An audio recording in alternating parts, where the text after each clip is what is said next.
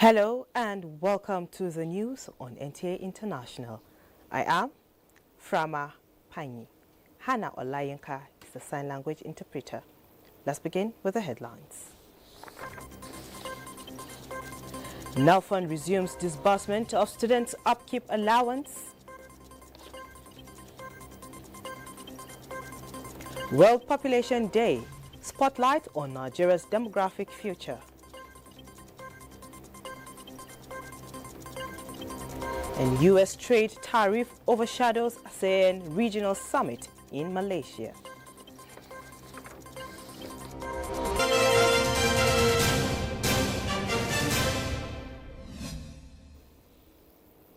And now the news in full. The Office of the Vice President has noted with serious concern the gross misrepresentation of remarks of Vice President Kashim Shettima during the public presentation of the book OPL 245, the inside story of the $1.3 billion oil block by Mohammed Bello Adoke, SAN, held at the Yaradua Center, Abuja on Thursday, July 10, 2025. Senior Special Assistant to the President on Media and Communications, Office of the Vice President, Stanley Nkwocha, made the clarification. State House correspondent Abdurrahman Jibrila reports. President, that Mr. President, you do not have the power to remove a sitting governor, not even a councillor. They sought for the opinion of another SAN in the cabinet, Kabiru Turaki, who said, I am concurring with the opinion of my senior colleague. That was how the matter was laid to rest, but that was how my relationship with Mr. Bello Adoke and Aminu Waziri Tambuwal became eternally sealed.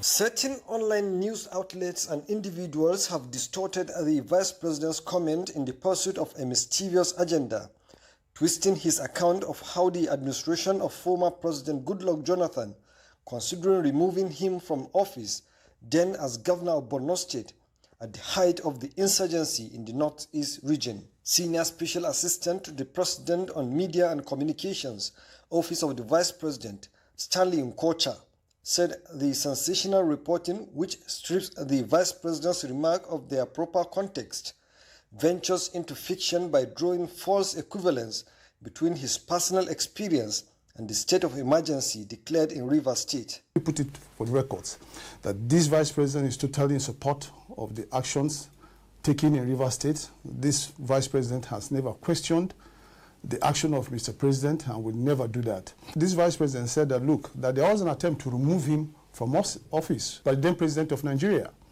President Goodluck Jonathan. What we have in play today is suspension of a governor, right? Suspension of the government of Simfubara in Rivers State.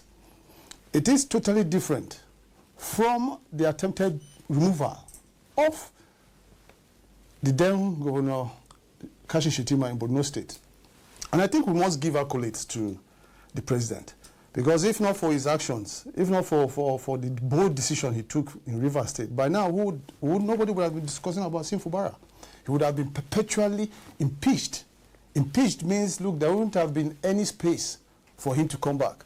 And so if you have a situation where you have discussions, as it is being alleged, going on to bring him back, I mean, it gives some accolade that, look, that this president exercised wisdom.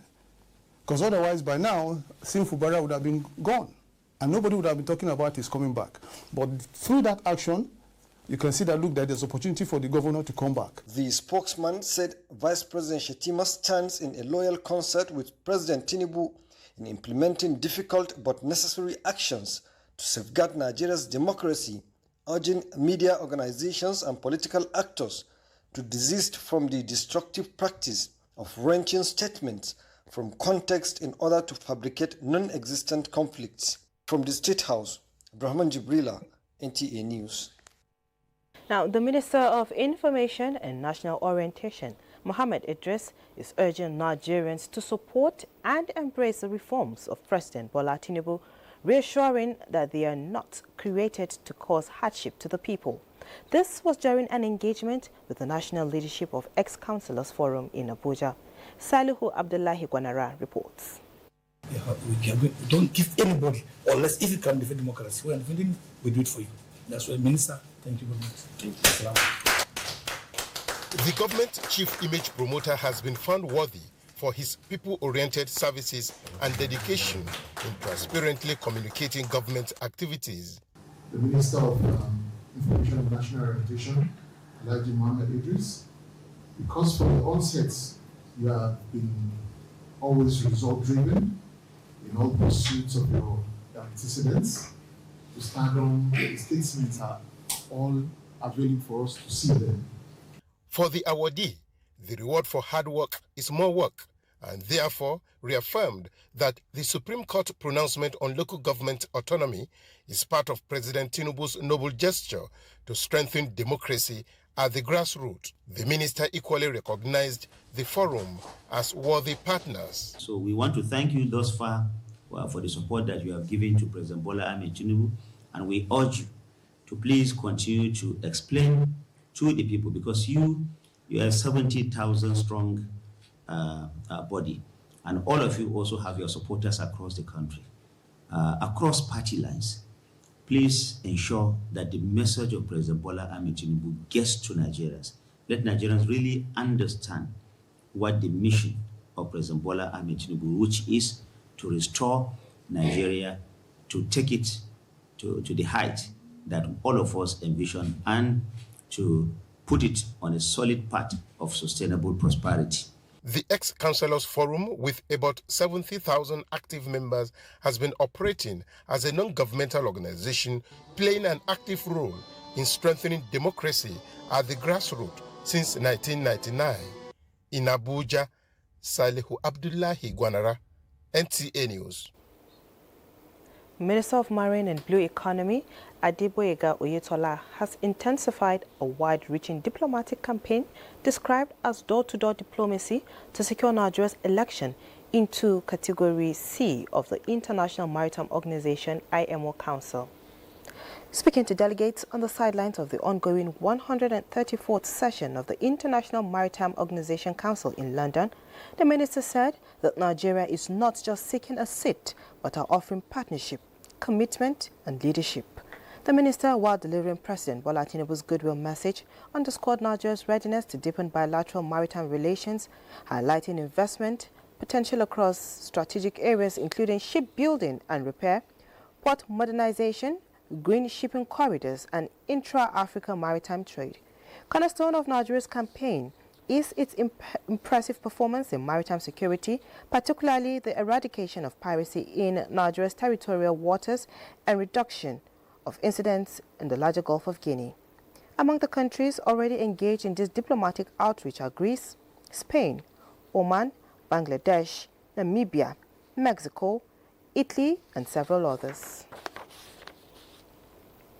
And as the global community marks World Population Day today, the message of resilience and hope for the 8 billion people living on the planet resonates stronger. This year's theme, empowering young people to create the families they want in a fair and hopeful world, underscores the importance of investing in youth as key architects of tomorrow. Olusheye Adiagbo reports. This year's World Population Day shines a spotlight on the critical role of health education, particularly reproductive health, in managing population growth and supporting sustainable development. This is Chinedu Eze, a school living certificate holder who has ventured into craft making. As a youth, if I want to marry now, I would like having one wife with 4 kids. Why 4 kids? Because I know by taking care of them will not be an issue. His awareness reflects a growing consciousness among some Nigerian youths, but the broader global picture remains troubling. This year's World Population Day is a call to action for countries to ensure that young people have the rights, tools, and opportunities to shape their own futures. As a matter of fact, by this year, we expect that 19 children that are 19 years and below constitute half of the population of the country. That's a very youthful population. But beyond that, as you may recall, earlier in June, the State of the World Population was presented, and that report emphasized a real crisis in fertility. So this year's theme centers around that, which is how do we address the fertility crisis? And since the family is the agency of fertility, the focus is on the family. How do we empower young people to be able to create the type of family they want? Experts in population management argue that while this demographic structure presents a unique opportunity, failure to invest in it could lead to demographic doom rather than a demographic dividend. 74% of our population is under the age of 34. So it's a youthful population. Once you have the youthful bulge, if you do not invest in them, give them skills, ability, make the environment enabling for them to be able to be easily employed or employ people, there will be problems. And that's why we are happy that this year's theme has drawn attention to this. We're also happy that the present government is already thinking along those lines. The government has put in place various reforms that are intended to address youth unemployment and to get more young people involved in governance and in policy decision-making. The new coordinating minister for health has also put in place several health policies that embrace youthful concern. Across the board, stakeholders are unanimous. Nigeria must harness the potential of its youthful population through targeted policies, increased investments in reproductive health to unlock long-term prosperity. In Abuja, Olusheye Adiagbo, NTA News. And joining us live in the studio is the Acting Program Officer, Governance and Climate Justice Lead, responsible for population matters in Oxfam in Nigeria, Dr. Kenneth Akpan, to speak on this issue. Doctor, you're welcome. Thank you very much. Right. Good now, evening, Nigerians. Today is World Population Day. Can you shed more light on the imperative of the theme, which is empowering young people to create the families they want in a fair and hopeful world? Yeah, this theme for this year is very interesting because it focuses on the youth. And the youth population for Nigeria is very encouraging because we can see Nigeria's population is youthful.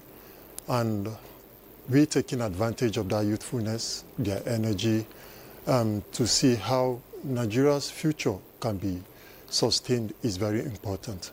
So the focus on youth this year, let me take us back to like globally, we're looking at 8 billion people. And out of that 8 billion people, Nigeria constitutes about 2.4 thereabout% of that population. So it is very important that we as a nation put those youth who will continue to make sure that we have a country called Nigeria, their interests around education, their interests around their reproductive health, their interests about empowering them to take right decisions.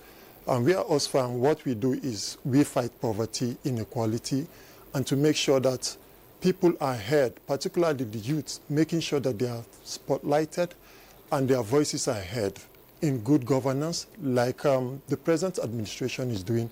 I will commend, because there are some very good policies that are targeted at the youth. I would say for me, infrastructure is very important because if there are no infrastructure to take, this population growth, it will be a disaster. So, for example, you go out to the streets, you ask an average Nigerian youth, why are you not married? The questions and the answers are always like, they are not ready because financially, empowerment, they are not well empowered. Years back, we know people get married earlier than they do now. And this is also affecting our population growth. Between 2022 and now, Nigeria's population growth has declined by about 2%. So these are all speaking to those intricacies that are influencing the youth taking charge and doing the needful. Okay. Thank you. Now, In Nigeria, with a projected increase in population growth in the next 10 years, how does this theme resonate with policymakers and national development? Yeah, policymakers have a very great opportunity to make an impact, particularly investing in the youth is something that we will always reap the dividend in no short time. As politicians, restiveness of the youth is something we don't even want, or they don't even want. So why not harness their potentials by putting in place infrastructure? There was a program, let me put it out here, called the School Feeding Program. And billions were spent on that project. But today, sustainability and continuity has been a bane. So what happens to those children that cannot be fed today? Are they back in school or not? So what I'm trying to say is that there are some policies that really don't, help us as a nation.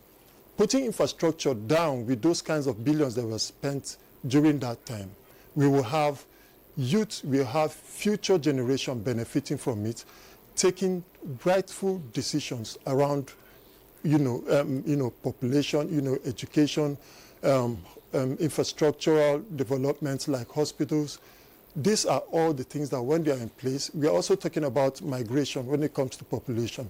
Okay. People are migrating to the urban centers, and simply because there are infrastructure that will meet their needs.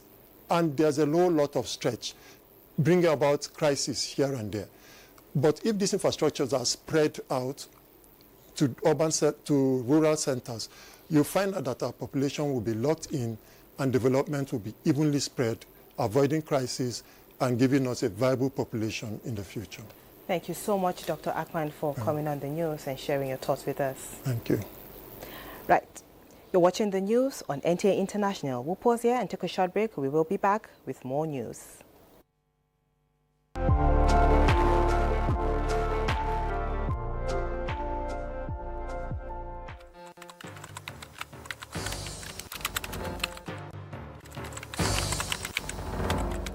I therefore call on my colleagues, or media professionals and editors, to be discerning in their reportage.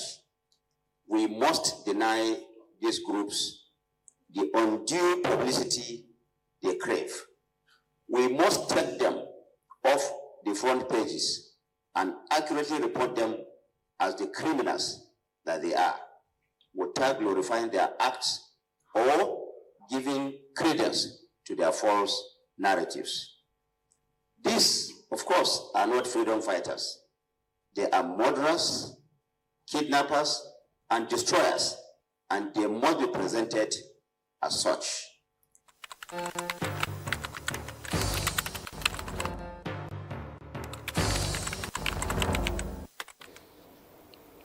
Welcome back. Now, Beijing has denied asking firms to illegally collect and store users' personal information after an Irish regulator helping the European Union regulate data privacy began investigating Chinese social media giant TikTok. Comfort Fashion has the details. Following data privacy investigation, Foreign Ministry spokeswoman of the Chinese government, Mao Ning, said the Chinese government attaches great importance to and protects data privacy and security in accordance with the law. Beijing, Mao said, has never and will never require companies or individuals to illegally collect or store data. She further told the media that China hopes that the European side will respect the market economy and fair competition and provide a fair, just and non-discriminatory business environment for companies from all countries. The social media giant has been in the crosshairs of Western governments for years over fears that personal data could be used by China for espionage or propaganda purposes. However, TikTok has insisted that it has never received any requests from Chinese authorities for European users' data. TikTok was fined 530 million euros. That's equivalent of $620 million in May by the Data Protection Commission over sending personal data to China, although the Chinese social media giant had insisted this data was only accessed remotely. TikTok, which has 1.5 billion users worldwide, is a division of Chinese tech giant ByteDance. Comforts, fashion, NTA News. And foreign ministers from China, Russia, the United States and member states of the Southeast Asian bloc attended the 32nd ASEAN Regional Forum at the Convention Center in Kuala Lumpur, with U.S. tariff overshadowing three-day conference. Again, Comfort Fashion has details. Wang Yi and Marco Rubio are in Kuala Lumpur for a gathering of foreign ministers from the Association of Southeast Asian Nations, which Japan, South Korea and Australia and other nations are also attending. But U.S. tariffs have overshadowed the three-day conference as Rubio defended the widespread duties imposed by Donald Trump as necessary to rebalance America's trade relationships. It was a very constructive and positive meeting and gave us a lot to work on. So that was our message, was the opportunity here to achieve some strategic stability and identify areas where we can cooperate together on and build better communications and working trust. Trump has threatened punitive tariffs ranging from 20 to 50% against more than 20 countries, many of them in Asia, if they do not strike deals with Washington by August 1st. ASEAN expressed concern over tariffs, which it described as counterproductive and a threat to regional growth, according to a joint communiqué released on Friday.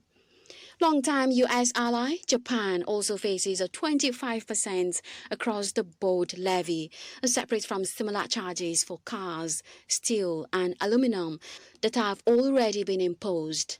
Seoul also faces a similar tariff. At one point, the United States hit China with additional levies of 145% on its goods as both sides engaged in tit-for-tat escalation. China's countermeasures on U.S. goods also reached 125%. Beijing and Washington, however, agreed in May to temporarily slash their staggeringly high tariffs, an outcome Trump dubbed as total reset. But deep mistrust remains between the two countries, with each suspecting the other of trying to weaken its influence. Comfort, fashion, NTA News. And the federal government is attracting more investors to revitalize the textile and garment industries in the country. This initiative follows the government's effort to create a supportive environment and provide incentives for cotton cultivation and other opportunities for key industry players. Musa Baba Aliyu reports. Most Nigerian textile industries are dormant and those still operational functioning below their capacity. Consequently, the country loses an estimated $6 billion annually on textile import, going by the statistics from the Central Bank of Nigeria.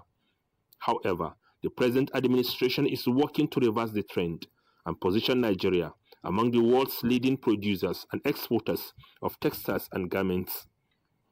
This led to a meeting between the Secretary to the Government of the Federation, George Akume, and the Cotton Textile and Garment Development Forum. The SGF reaffirmed the government's steadfast commitment to revitalizing this textile industry, recognizing its crucial role in job creation, economic diversification, and sustainable development. There were certain developments that affected the industry, and that is why government quickly accepted this suggestion from your own group to put up this board to ensure that there is a revitalization of that very, very vital sector. The coordinator of the Cotton, Textile and Garment Development Forum, Anebe Achimogu, stated that reviving the sector could generate over $5 billion annually. He emphasized the forum's dedication to collaborating with the federal government to reposition the sector as a cornerstone of economic diversification capable of creating over 2 million jobs, conserving foreign exchange, and significantly contributing to the nation's GDP. We have no doubt that under your leadership and your continued support, the CTG sector will drive prosperity, job creation, and industrial growth for Nigeria. In April this year, the National Economic Council approved the establishment of the Cotton, Textile and Garment Development Board as part of the revitalization efforts. Since, the Cotton Board was dissolved many years ago, this board will play a pivotal role in bringing the sector back to life. Most importantly, it's commendable also that this board is going to be industry-driven. It's not going to be like maybe some other boards that, people who are not vested in the industry are the one driving it. Musa Baba Aliyu, NTA News. The University of Abuja and the Dairy Ranchers Association of Nigeria have signed a memorandum of understanding to enhance milk and fodder production in Nigeria while equipping students with vital skills for the livestock industry. The agreement aims to foster collaboration between academia and industry, addressing critical gaps in dairy production and skilled manpower. Acting Vice-Chancellor Professor Patricia Monkolar described the MOU as a historic opportunity to boost local milk production and meet Nigeria's growing demand. Kodoran President Muhammadu Abubakar emphasized the partnership's role in addressing the chronic shortage of skilled dairy scientists and technicians in Nigeria.